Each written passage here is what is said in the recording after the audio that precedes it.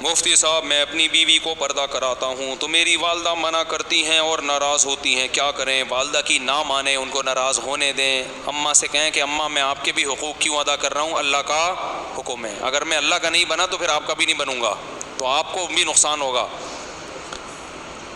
تو اس لیے اللہ کا حکم ہے پردہ، تو مجھے بیوی کو پردہ کرانے دو۔ تو اللہ کی نافرمانی میں مخلوق کی اطاعت جائز نہیں ہے۔ جو والدین اپنے بچوں کو دیندار نہیں بناتے نا، وہ بعد میں پچھتاتے ہیں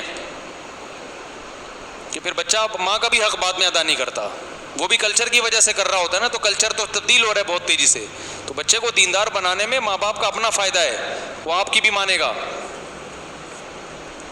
اب ماں باپ کہتے ہیں ہمارے بچے کو اتنا مولوی بناؤ یا اتنا مسلمان بناؤ کہ بس یہ ہمارا فرما بردار بن جائے، اتنا نہیں بناؤ کہ پورا ہی نیک ہی بن جائے، تو بھائی اللہ کی مانے گا تو پھر وہ پوری باتوں میں مانے گا، نہیں مانے گا تو وہ کسی میں بھی نہیں مانے گا۔ ہمارے حضرت کے پاس ایک خاتون نے بچہ بھیجا کہ یہ شرارتی ہے، ماں باپ کا کہنا نہیں مانتا، اس کو تھوڑا بیانات کریں، وہ وہیں رہ گیا، تو وہ اتنا نیک بن گیا کہ وہ جونپور کا قاضی بن گیا، وہ اس پہ مسالہ زیادہ لگ گیا، داڑھی بھی رکھ لی اس نے، ماں باپ کی خدمت تو بہت شروع کر دی اس نے، لیکن نمازیں بھی شروع کر دیں، داڑھی رکھ لی اس نے، تو اس کے والدین حضرت کے پاس آئے، ہم نے اس کو مسلمان بنانے کے لیے بھیجا تھا، ملا بنانے کے لیے نہیں بھیجا تھا، یہ تو پورا ہی ملا ہی بن گیا۔ تو حضرت نے فرمایا بھائی جہاں اسلام میں یہ حکم ہے کہ ماں باپ کا کہنا مانو، وہیں داڑھی رکھنا بھی اسلام میں حکم ہے، تو یا تو پورا بنے گا یا بالکل بھی نہیں بنے گا، صحیح ہے نا؟ پتہ نہیں کیا داڑھی سے نفرت ہو جاتی ہے والدین کو۔ مفتی صاحب میں نے اپنے گھر والوں کو بتایا کہ شادی بیاہ کی تقریب میں مخلوط ماحول میں جانا جائز نہیں ہے، تو گھر والے کہہ رہے ہیں کہ تم مولوی کسی حال میں تو ہمیں جینے دو، مخلوط ماحول میں جانا جائز نہیں ہے، سمجھ رہے ہو؟ والدین کی نہ مانے اس معاملے میں۔ یہ ساری جو انگریز تباہ ہوئے ہیں نا، یہ سب معاشرے کو کلچر کو فالو کر کر کے ہوئے ہیں۔ پہلے مخلوط ماحول آیا، پھر زنا بھی ہو گیا، پھر جناب وہ سارا سیٹ اپ ان کا برباد ہو گیا، کپڑے بھی اتر گئے، ان عورتیں آدھے آدھے لباس، تو یہ بے حیائی تو پھیل رہی ہے۔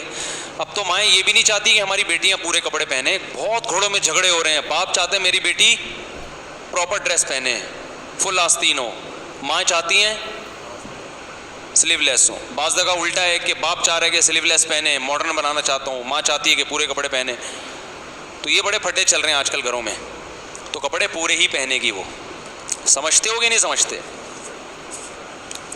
مکس گیدرنگ جائز نہیں ہے، ماں باپ کی نہیں مانو اس معاملے میں، ان سے لڑو نہیں، بس بولو یہ ایسا نہیں ہو سکتا، اٹ ازنٹ پاسبل، انگلش میں بولو گے تو کہیں گے ہمارا بیٹا ماشاءاللہ ماڈرن ہے۔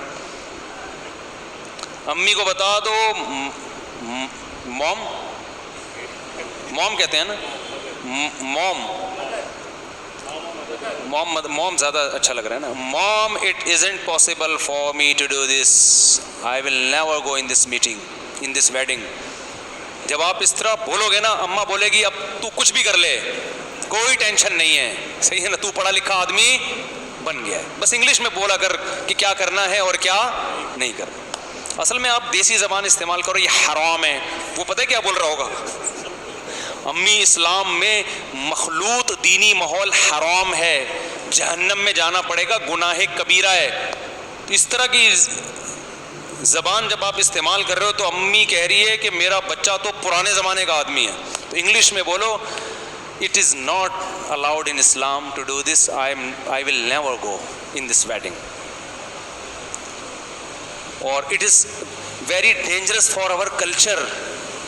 صحیح ہے نا؟ یہ فی الحال اتنی آ رہی ہے، مجھے سوچ کے بتاؤں گا میں، ایسا نہ ہو میں خود ہی بگڑ جاؤں۔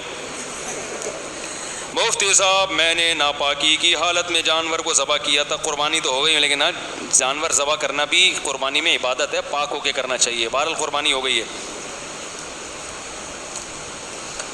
اچھا بھائی جلدی سے عالم کی تنخواہ پر روشنی ڈالیں، کتنی ہونی چاہیے؟ متولی مسجد کے خطیب کو کتنی تنخواہ اور کیسا گھر دے؟ کل ایک مولوی صاحب کا گھر گرا جس میں مولوی صاحب کے 5 بچے اور بیوی مر گئی۔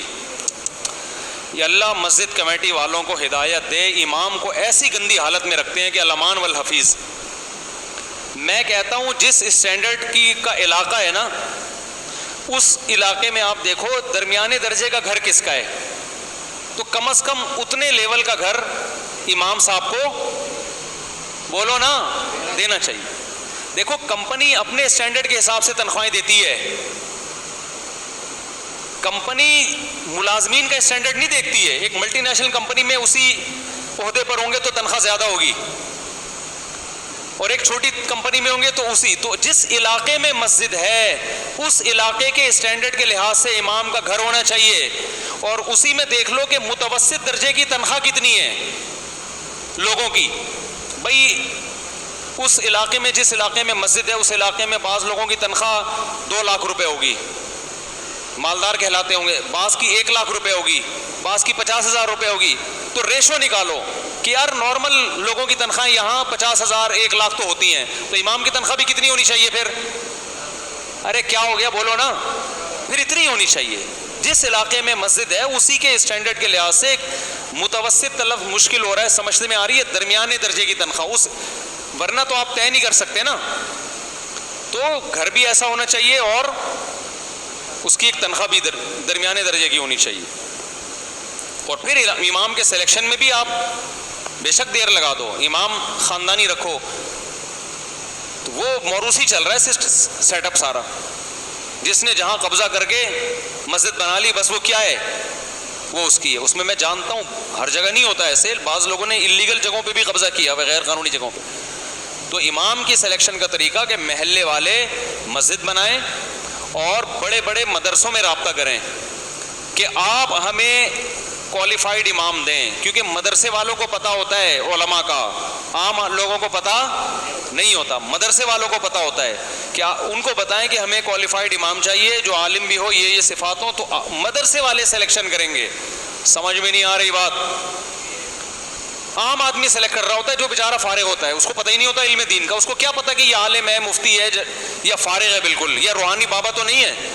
تو روحانی ٹوپی ڈرامے اس فیلڈ میں سب سے آگے نکل جاتے ہیں. پھر تو امام کی سلیکشن مدرسوں کے حوالے کی جائے. پھر ٹھیک ہے آپ کمیٹی بیٹھ کے خود بھی کہ مدرسوں نے 4-6 امام بھیج دیے, تو اس میں آپ کو زیادہ خوبصورت لگ رہا ہے آپ اس کو امام بنا لیں. بھئی یہ زیادہ اچھا لگ رہا ہے, یا یہ بولنے کا انداز اس کا اچھا ہے, یا یہ کہ یہ نیک زیادہ ہے, یا قرات اس کی اچھی ہے. تو 5-6 امام مدارس والے آپ کو دیں گے, ان میں سے آپ نے ایک کو محلے والوں نے سلیکٹ, کچھ محلے والوں کی رضا بھی ہونی چاہیے نا. اس طرح سے اماموں کا سلیکشن ہونا چاہیے. پھر اس کی تنخواہ خاندانی ہونی چاہیے. سمجھتے ہو؟ اور ویسے بھی کمیٹی والے کون سا اپنی جیب سے دے رہے ہوتے ہیں اس کو تنخواہ بڑھاتے ہوئے اتنا رو رہے ہوتے ہیں جیسے غربت سے مر جائیں گے. یہ تم تو ویسے ہی چندہ کر کے تنخواہ دے رہے ہو, تو ذرا کھلا ہاتھ رکھو, اچھا کھا لے گا, بچوں کو اچھا پڑھا لے گا.